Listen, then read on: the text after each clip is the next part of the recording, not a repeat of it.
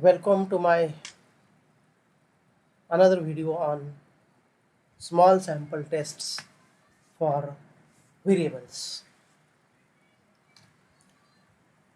The points which I am going to cover in this video are: what is the meaning of hypothesis? What is the structure of hypothesis?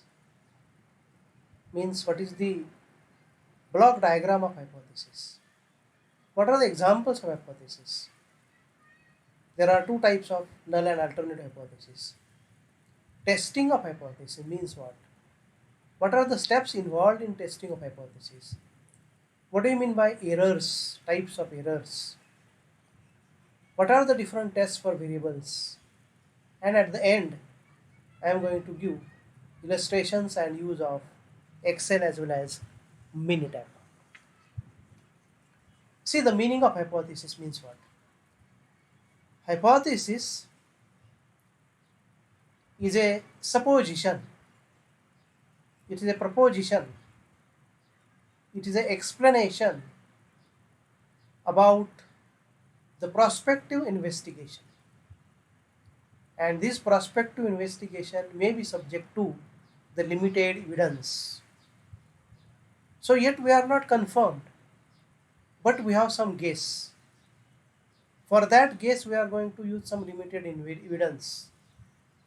And this is a futuristic approach. It is an idea or an explanation that one can learn from the experiment. It is an assumption about certain characteristics of the population. In short, we can say that hypothesis is something more than a wild guess but less than well-established theory. So we are not making any general statement, or we are not making any concrete statement. We are making a statement in between, which is not an arbitrary guess also, and which is not a proven theory also, but which is likely to be, and for which we have certain experimentation procedure, for which we have certain evidence procedure.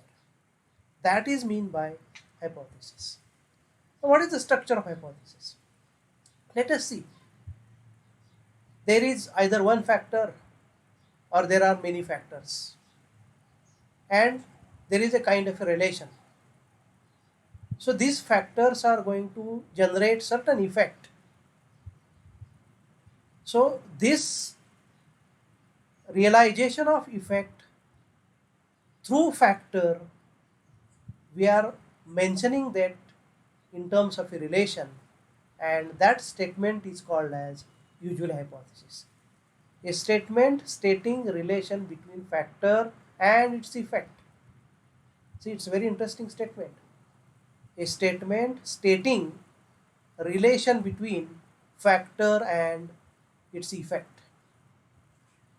Okay. Let us see very simple examples of hypothesis.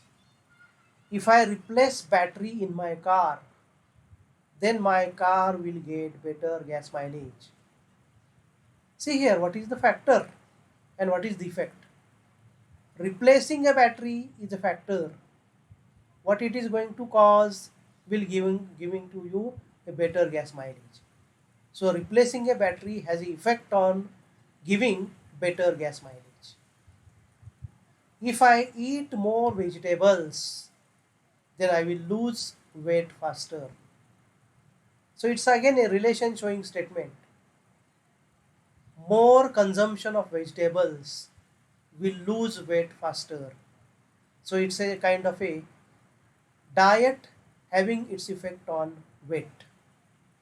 If I add fertilizer to my garden, then my plants will grow faster. It's again a simple theory. Use of fertilizer and its effect on plant growth. If I brush my teeth every day, then I will not develop cavities. Health issue. Brushing the teeth daily and not developing the cavities. You are making a relationship between this. If you are regular enough in brushing your teeth, then what effect you will realize? is that you will not develop the cavities. If I take my vitamins every day, then I will not feel tired. So consumption of vitamin will give you always a pleasure, enthusiasm, courage, and you will not feel tired. So you see all these examples. In all these examples, if you read this statement, if then whiles, then if part is something like a factor, and then part is something like its effect. So this is the a general explanation about hypothesis. What are the hypotheses in social sciences? Let us see this. These are the social science studies that one can perform, and while performing them, they can come up with such hypotheses. Children who eat breakfast high in protein perform academically better in school than children who eat cereals in breakfast. See here, there are two groups of children. One is a group of children taking breakfast having high protein contents. Another group of children taking cereals in breakfast, and its effect is measured in terms of school performance. So you are comparing these two groups and trying to come up with the conclusion about which dietary practice is better for better performance in the school. The size of an individual social network is related to participation in voluntary activities. We are on WhatsApp, Facebook, LinkedIn, uh, then Instagram, Telegram, and many more social networks. It's expected that if you are involved more in social activities, your friends in different social groups, friends in different voluntary practices will be different, and altogether your social network will be larger enough. So it is again a effect of voluntary activity on the size of social network. Unmarried workers are more likely to remain absent for work as compared to married workers. So it's like example 1. You have a group of unmarried workers, you have a group of married workers, and you are keeping their record about their presentee and absentee. So you are interested to see which group is regular enough, and after analysis you can give its exact interpretation. But to begin with, this is what the hypothesis is. Flexible work hours improve productivity of employee. Traditionally, working hours have fixed schedule, say 10 to 5, 11 to 6, 9 to 4, 8 to 4, something like this. What this statement says is flexible work hours. So give the freedom to peoples to work, and whatever may be according to their choice. So if we give them such a choice, then it's expected that productivity of employees will improve. Okay. States with strong institution of higher education also have a population who earn higher levels of income. So two socially, two big terms are here: higher education and level of income. So if state has strong institution, many more institutions, quality educations, quality institutions, good network of higher education, then it is expected in the hypothesis that level of income is also higher. So see, these are the few examples in social sciences. Now let us try to understand the concept of hypothesis a little bit different. See, here you have a picture. This picture gives you two fruits. One is apple, another one is orange. And your question is, which is better? Now, which is better in what sense? Which is better in what sense? It is like this. See, for example,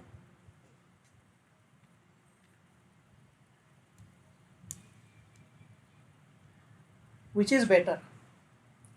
So, better, maybe it may be in terms of taste, maybe in terms of its content, nutritional value. So, you are comparing two fruits type. That is also an hypothesis. There are two hypotheses, null hypothesis and alternate hypothesis. Null hypothesis is the hypothesis, it's an assertion that is an statement showing no difference. So there is no bias, there is no partialism. So you are treating the claims as it is, or you are treating groups as equal. That is null hypothesis. Alternate hypothesis means you may be rejecting the claim. You may be making the distinction between two groups. That is alternate hypothesis. So null hypothesis is usually x is equal to y. Alternate hypothesis may be x is not equal to y. Null hypothesis can also be x is greater than or equal to y. Alternative x is less than y. Null hypothesis and alternate hypothesis can also be exchanged. What are the type 1 and type 2 errors? As I have already told you that futuristic approach is testing hypothesis. We are talking something about prospective study based on a limited evidence, and limited evidence may have a chance of giving wrong conclusions. So we'll try to understand how it is. See, you have mango, you have pineapple, and suppose you uh, put a strip on ice on me, show in front of me two slices, one slice from mango, another slice from pineapple, okay, and ask me which is the test. If I say by taking mango in hand the taste is sweet, I think I am correct. If I take pineapple and if I say the taste is sour, I think I am correct. But if I have mango in hand and I say that it's a sour, then I am rejecting it's a true test, that is type 1 error. In case of pineapple also, it is naturally it is a sour, but I am saying that it is a sweet one. So I am not accepting it's a true test. So that is type 2 error. I think this is a very simple example, but might be explained you the concept of type 1 and type 2 error in a simple way. Steps in testing of hypothesis. Problem statement and underlying situation. First, we have to understand the underlying situation. Means domain knowledge, domain situation, that we have to understand. Different concepts in domain, different terms in domain, we have to understand. The possible factor, the possible effect, the possible relationship, we have to understand. So that is the understanding of domain as such. Once we understand the domain as such, we can come to the proper statement of problem, that is problem definition, and complete correct problem statement will give you the true picture of null and alternate hypothesis. See, you cannot reduce the two errors simultaneously. We have to fix one type of error and we have to minimize the other type of error. That is the usual practice. Usually, type 1 error is fixed and type 2 error is minimized. The probability of type 1 error is usually called as level of significance. It is usually taken as 1% or 5%. So we fix it. We have a relevant data because of experiment, because of field work, because of sampling, because of survey, and so on. We have some relevant data. And based on that, we can choose appropriately a test either T or F or chi-square. There are certain features by which you can identify that in this situation T test is useful, in this F test is useful, in this chi-square test is useful. And once we apply this test, once we get some certain values, then we can come to the decision about H naught. That is usually the stepwise procedure in testing of hypothesis. So what are the different tests? So there are broad three categories of test: Z test or T test, F test, ANOVA, and chi-square test. So let us see this T test. It is a test for mean. First situation. Let us see, I have a one population here. From this population I am drawing a sample, and now I am testing the hypothesis that population mean is a certain some specified value. So this is specified in advance. It is already specified, and to check its validity, I am drawing a sample, I am measuring appropriate factor, and I am proceeding for the test of hypothesis. So T test with single sample with single population mean is used here. T test for mean of a population. See this, another test. Children who eat breakfast high in protein perform academically better in school than children who eat cereals for breakfast. I have already talked about this. Now let us see this example. You can very well see here the protein food products and cereal food products. So we have a one group of students, say this group of students, we have another group of these students. Number of students in the two groups are not same, they may be different, and you can see that this group has given protein as a breakfast, and their verbal scores are measured. These are the verbal scores. To this another group, cereals are given and their verbal scores are measured. These are their scores. You can see average verbal score in the group of students to whom protein breakfast is given. In another, cereals are given, and you see that means are 56.73 and 50.53. Now see, the average difference in the score is something like 6.20. Whether this 6.20 added verbal score in protein class is really due to protein or not, that is what we want to test. This is another comparison of science score. Again a protein class and again a cereal class. In protein class, average science score is 25.47. In cereal class, 22.68. So whatever the difference of 2-3 points in the science score is there, is it really due to protein or it is just by chance? That is what we want to test. So I think whatever the two examples I have discussed fits in this situation. Alright? Okay. Let us see this another example. There is a biologist and who is interested in determining whether sunflower seedling treated with an extract of Vineca minor roots resulted in a lower average height of a sunflower seedlings than the standard height of 15 centimeter. The biologist treated a random sample of 32 seedlings with the extract and subsequently recorded the heights. So the plant under investigation is sunflower.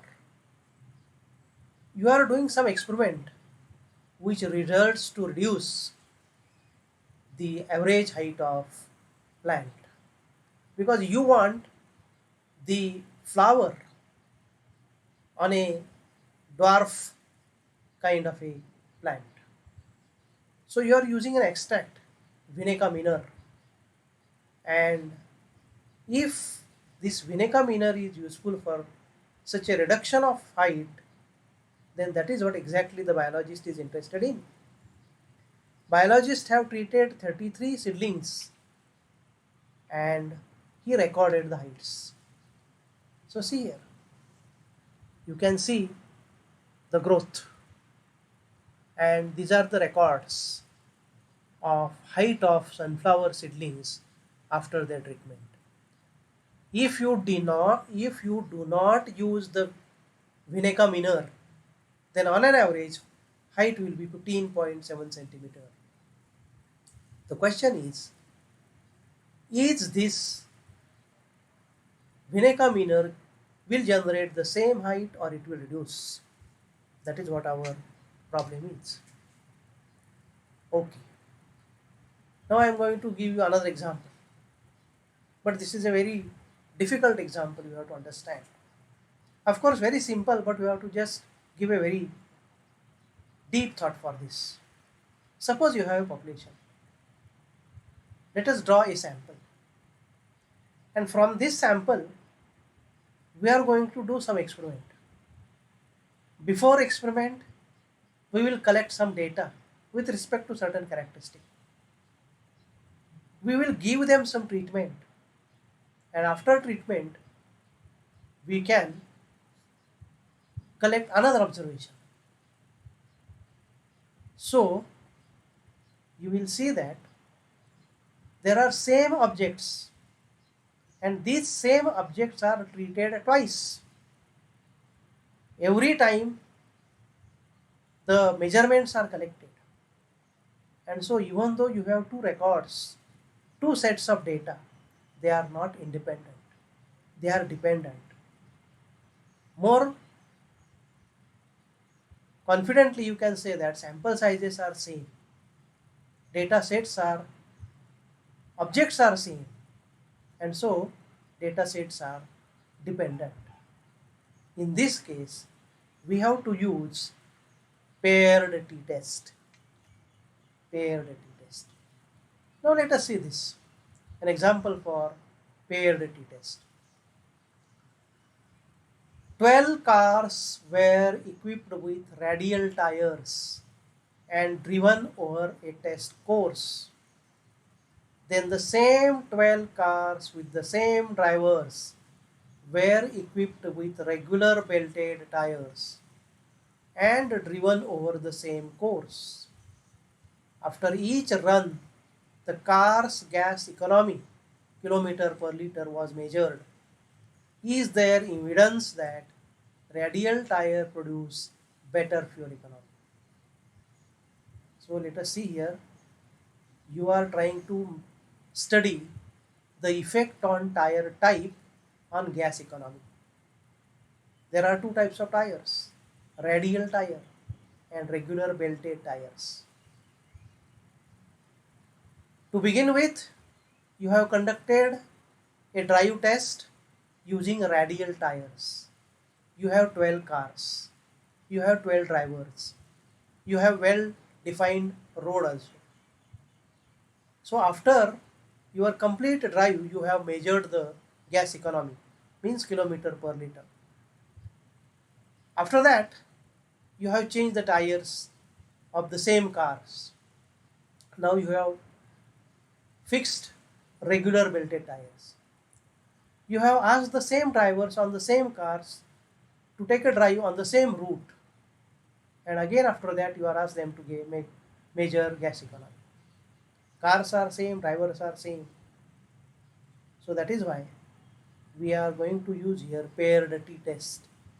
That will make the study related to the effect of tire on gas mileage. Paired t-test. See these radial tires, belted tires. average economy, gas economy is 5.75 or 5.61. There is a difference of only 0.14 kilometer per liter. But whether this rise or increase in 0.14 kilometer per liter is due to radial tire or by chance, that is by paired t-test. I have talked about t-test. Now I will talk about f-test. This test is basically used for testing the equality of variance. You see in my image, there are two populations. From two populations, we are taking two different samples. Probably the sample sizes may be different, and our aim is to test whether population of first and population of second has same variance or different variance. Let us see this. An example. A company is comparing methods for producing pipes and wants to choose the method with least variability. Data on length of pipes by both the methods is given below. So see here, pipes are produced by method 1, pipes are produced by method 2, and we want the least possible variation, the less variation. So which method is more consistent? Which method is more suitable? Which method is more reliable? Which method is more stable? To answer this question, we have to apply f-test, and that is comparing the variation in method 1 with variation in method 2, that is f-test.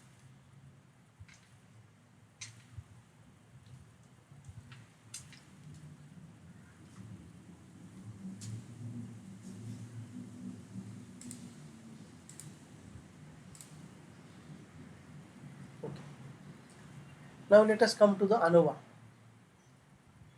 ANOVA is basically used when you have 3 or more groups to compare. You have a certain treatment and you are trying to understand the effect of treatment on 3 or more groups. In that case, you have to use ANOVA. Now let us see here. The problem is given.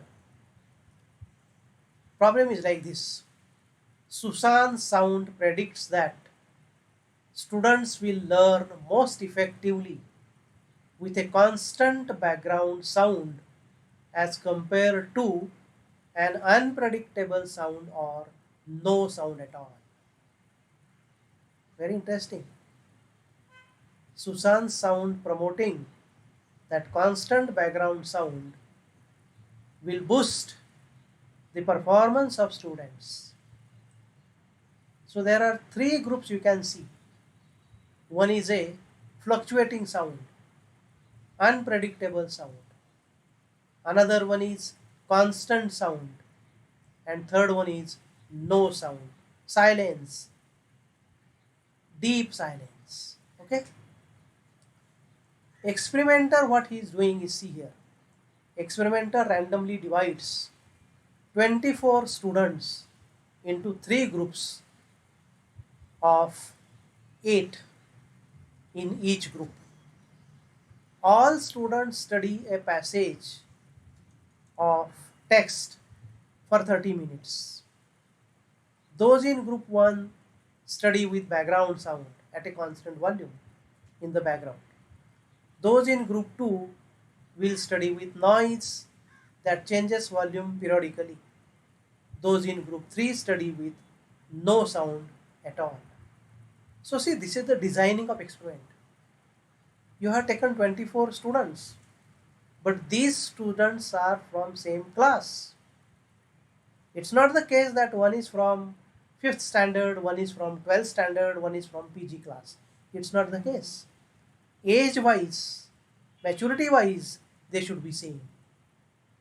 So you have 24 students of the same class, and you have divided them randomly in 3 groups, not as per your choice.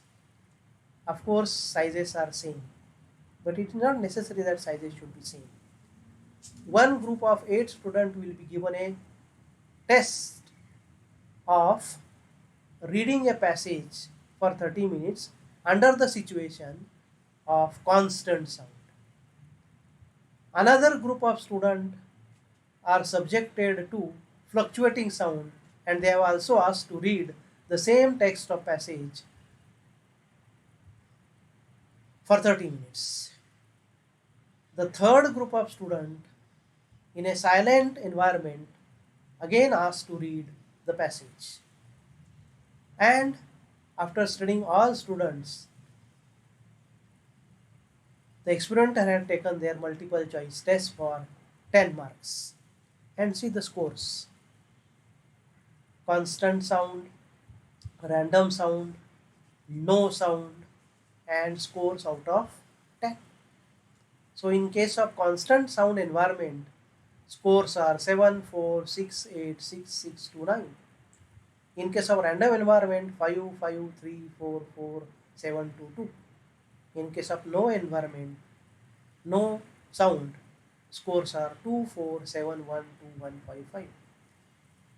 It's apparently we can see that scores in third group are quite low as compared to in first group. So here we have to use F test ANOVA for comparing the scores of three groups simultaneously. Let us come to this another test, chi-square test for attributes. Attribute means qualitative characteristic. This qualitative characteristic may result in two classes or maybe in more than two classes. Let me give you a simple beginning with two classes. So let us suppose that I have here one qualitative characteristic. I have here another qualitative characteristic. I have this population, and I am classifying this population according to these four categories. In this category, both attributes are present. In this case, both attributes are absent. In this case, first is present, second is absent. Here, first is absent, second is present. And now our hypothesis is there any association between these two qualitative characteristics? In such a situation, we have to use chi-square t-test. Let us see, for example, this is an example. Association between gender and performance of ice cream flavor. I have 100 men who prefer chocolate flavor. I have 120 men who prefer vanilla. I have 60 men who prefer strawberry. So out of 280, I have this distribution. Out of 640 women, 350 prefer chocolate, 200 prefer vanilla, 90 prefer strawberry. Number of men and number of women are not same. They may be different. Now question is whether men prefer chocolate more or women prefer chocolate more. Whether men prefer vanilla or women prefer vanilla. Whether men prefer strawberry or women prefer strawberry. In short, is choice of ice cream flavor is gender dependent? In that case, we have to use chi-square test. This is another example. An experiment of immunization of persons suffering from TB, following results were obtained. See, this is a TB affected person. This is TB unaffected person. Here doctor is doing some inoculation, vaccination, and you can see that 12 persons were inoculated but still they are affected. There are 28 who are inoculated and they are not affected. There are 13, those are not inoculated but they are affected. And there are 7 not inoculated and not affected also. So we have to understand here, is there any effect of vaccination in controlling the TB? So again, factors are two. Inoculation, yes, no. Effect, TB status, affected, not affected. So it's a 2 by 2 table. Here also we have to use chi-square test. Thank you very much. If you like this video, you are welcome to put some comment. If you want some addition, you can put in comments also. Thank you very much.